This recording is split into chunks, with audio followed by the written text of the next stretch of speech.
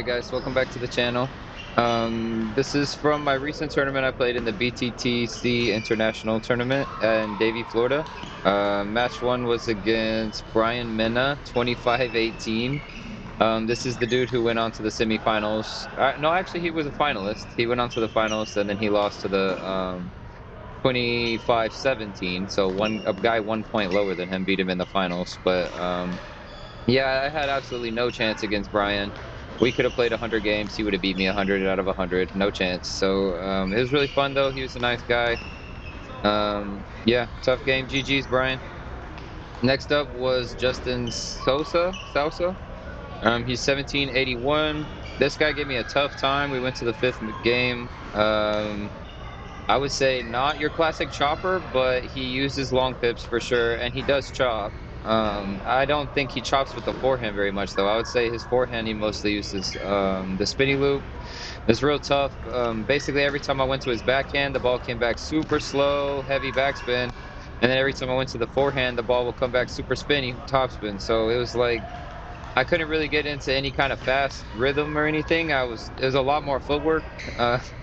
Yeah, that I was so surprised that no look hit that I didn't even get ready. But yeah, I couldn't hit like 2 or 3 shots in a row fast against Justin. I just kept having to take my time, be patient, and I think that was giving me more trouble than anything else. Especially because in Florida, I felt that the ball moved like more slowly than it does here in Atlanta. So especially against all the choppers and stuff there, I was having a lot of like I felt like I was taking forever between each shot. But yeah, regardless, Justin was a really cool guy.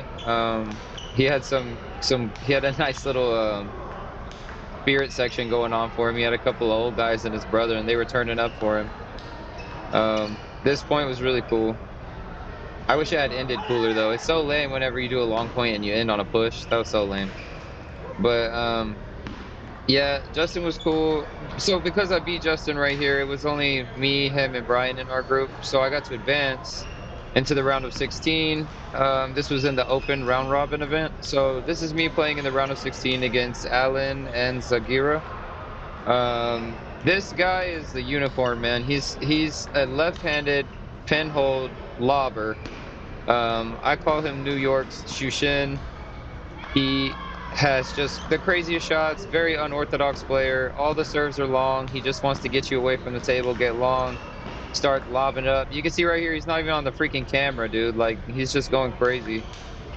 He beat me 3-0, no challenge. I think most points I got was like 7. I was extremely nervous as well, and I had no chance. Um, I was hoping to play better because I've known Alan for a while and we've never played before, so I was a little disappointed that he got me so good, but GG's Alan, nice job, man. This next one is Roberto Biles. He's 2042. Another long pips on the backhand guy, also not a conventional chopper. Y'all check in the comments, let me know what you think happened right there. That was probably the most interesting point of the whole tournament, I would say. Probably of my life, actually. He went for the first shot and then he missed it and then he got the second one and it still counts. So that Christian Carlson. But anyway, this dude's forehand was super valid. Every single serve I gave him long, he just every single time he step around. Honestly, don't even know why he has a rubber on his backhand at all because all he does is step around. It's pretty crazy. See, like he's not even trying though. He beat me so easily, dude. Like he had me looking stupid. Like right here, he had like 3 step rounds in a row. Just like back to back to back every time. That windmill. But yeah, he watched me. I had no chance. 3-0. Um, Let me see. Anything else? GG's. He hit that hand switch for the winner. Okay, so this is the best match I played the whole tournament. This is Javier Arevalo. He's 1790. He was the only player in the whole tournament that I got to play that played a style that I was comfortable with. You know, just classic top spin, both wing attacker, you know, backhand, forehand, always top spin attacks. That's like my bread and butter. That's what I'm used to training against. That's what I feel most comfortable with. So against him, I was still, you know, dealing with a lot of nerves and still trying to adjust to the new like club and everything. But at least against him, I felt, you know, confident, and I felt like, you know, he was an opponent that I didn't really feel very out of place playing. So yeah, this kid I would say is going to be obvious. He's obviously going to be over 2,000 for sure by the time he graduates high school. He was cracked. Man was playing really good. I really liked how even when he was nervous, no matter what was happening, he would still go for his shots no matter what. He's just a clearly very good mindset, very strong mental game on the guy. Backhand openers, very like consistent, not too strong, but very consistent. I would say that's kind of his game overall. You know, everything is extremely consistent. It's just he doesn't quite have that finishing power.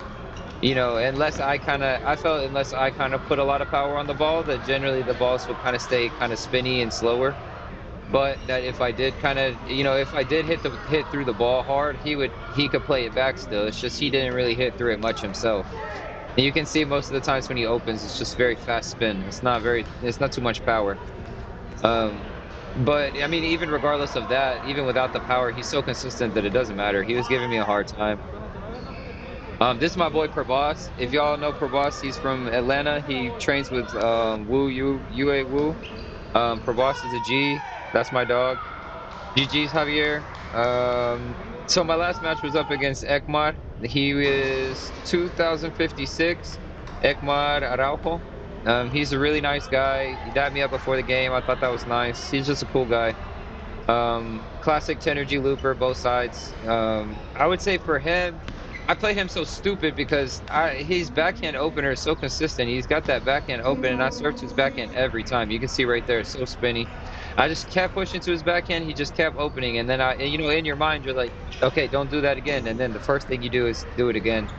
So, you know, that just happened to me the whole time. Plus, I had to wait like 2 hours between this match and the one before it.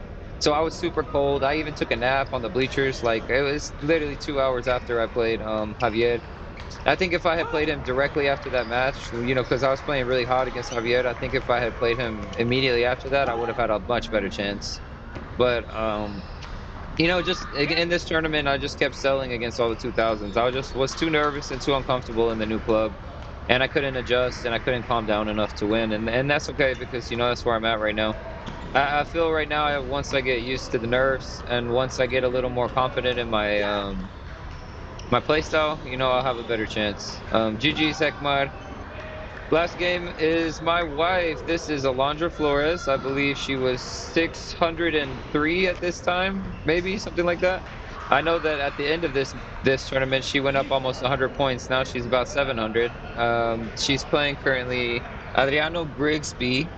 He is 863 at the time of this. I'm sure he went down since she took a lot of his points, but so this is my wife's second tournament that she's ever played, and this is her first match that she's ever gotten a W.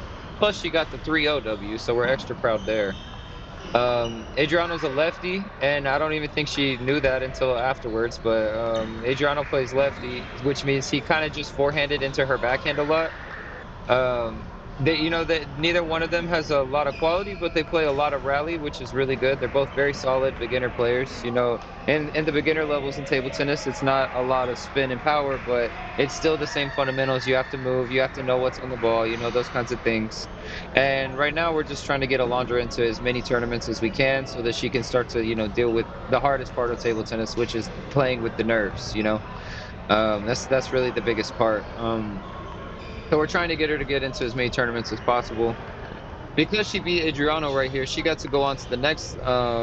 She went on to the round of 16 for the under 1100, and she played another lefty. But this kid was an atypical 900 because he played like almost only underspin, and Alondra just hasn't practiced enough with underspin yet, so she ended up going out in the round of 16. But since this tournament, I would say we've mostly focused. You can see he gives her a lot of high balls here, and she doesn't kill him too much. She kind of plays him back soft. We've really been working on that a lot. And then, like I said, we've been working on the underspin with her. So overall, we're really proud of Alondra. Super proud of you. We think she did really great, and we're really excited for her to try to get over 1,000 this year.